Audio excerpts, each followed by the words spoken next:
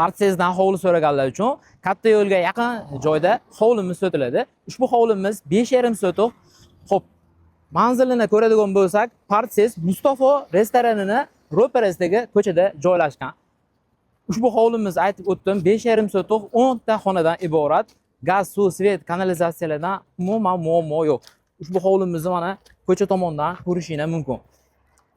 Hop, 2 etajli qilib bir tomonga qurib qo'yishgan ekan. Xudo xolasa yashab turilgan xonadon. Ushbu xonadonimiz. Hop, ichkariga kirib, xudo xolasa planirovkalarini ko'rsatib o'tadigan bo'lsa, bismillah.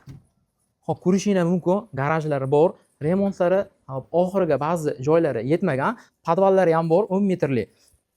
Hop, birinchi xonamizni ko'radigan bo'lsa, ko'rishlar ichkarida sanuzellari ham mavjud. Hop, mebel texnikalari kelishuv asosida narxlarini oxirida aytib o'tamiz. Ushbu hovlimizga kiradigan bo'lsa, mana juda ham zo'r holatda qilib qo'yishgan. Mana bu tomon 2 etajli qilib qurib qo'yishgan. Xudo xolasa. Hop, hovlimizni aytib o'tadigan bo'lsak, 2 ta sanuzellari, hojatxonalari bor. Tandirxona, molxonalari, xudo xolasa, hovlida ajratib o'tishgan. 2 etajda 4 ta xonamiz mavjud. Mana bu tomonda uy dahlizlarimiz bor. Ko'rib chiqadigan bo'lsak, hop, shu 10 ta xona bo'ladigan bo'lsa, remontlarini ko'rib o'tishingiz mumkin. Yaxshi holatda. Hovlimizni, xudo xolasa, manzarasi ham zo'r holatda. Keyingi oshxonalarini ham, mana bu xona ham xuddi uy dahliz holatda, remontlari bir xil holatda. Xo'p, mana bu xonani ko'ramiz. Yana alohida o'zini xonasi ekan.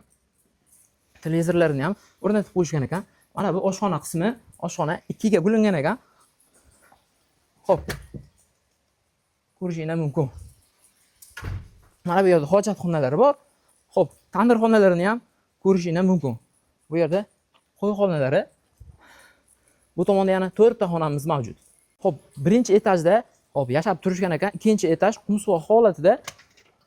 Hop, ko'radigan bo'lsa, bu yerda ham bitta sanuzel mavjud. Remontlarini mana ko'rishingiz mumkin. Yangi qurilgan, xudo xolasa, joy. Ikkinchi etajni ham ko'rib o'tamiz. Albatta. Xo'p, ikkinchi etajimiz mana remontlarini, xudo xolasa, tayyor qilib qo'yishgan. Glamlari so'linmagan, yashalmagan yangi xonadon ekan. Ushbu xonadonimizning egalari $145,000 dedilar. Barakasiga xudo xolasa o'tib berishadi.